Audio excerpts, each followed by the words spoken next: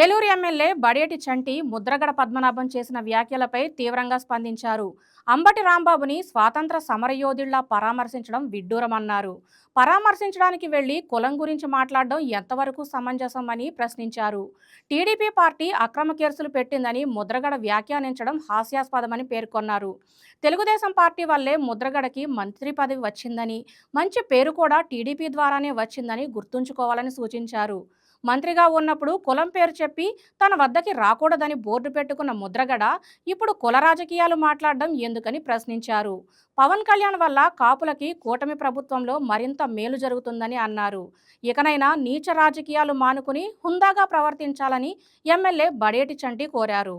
మరి ఏదైతే మన అంబటి రాంబాబు గారి గొడవ జరిగిందో దానికి సంబంధించి మరి ఈ రోజున ముద్రగడ పద్మనాభం గారు అంబటి రాంబాబు గారిని పరామర్శించడానికి వెళ్ళారు. వెళ్తంలో తప్పేం లేదు.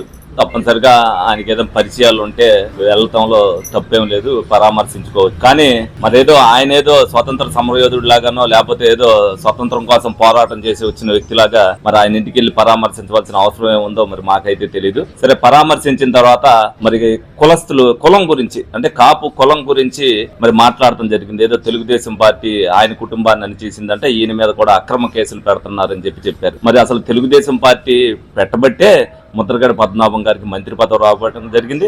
అలాగే ఆయనకు కూడా ముద్రగడ పద్మనాభం గారు అనే పేరు గుర్తింపు కూడా వచ్చింది తెలుగుదేశం పార్టీ వల్లే. ఆయన అలిగి మానేసి వెళ్ళిపోయాడు. తర్వాత కాంగ్రెస్ పార్టీలో మళ్ళీ ఇందులో మినిస్టర్ చేశారు కాబట్టి అందులో మినిస్టర్ చేశారు. ఆ రోజున మినిస్టర్ చేసినప్పుడు మరి ఆయన బోర్డు పెట్టుకున్నాడు మినిస్టర్ ముందు, ఆయన కార్యాలయం ముందు, కాపులు ఎవరో కూడా కులం పేరు చెప్పుకుని నా దగ్గరికి రావద్దు అని చెప్పి. మరి ఆ రోజున మరి రాజకీయంలో ఉన్నప్పుడు అది మంచిదే, అలా పెట్టుకోవడం వల్ల మంచిదే. కానీ మరి ఇవాళ కులం గురించి ఏ విధంగా మాట్లాడుతున్నాడు అనేది మరి ప్రజలకు ఆయనే సమాధానం చెప్పాలి. ఈ వీడియో మీకు నచ్చినట్లయితే లైక్ కొట్టి షేర్ చేసి మా వైకే టీవీ ఛానల్ ని సబ్స్క్రైబ్ చేయండి.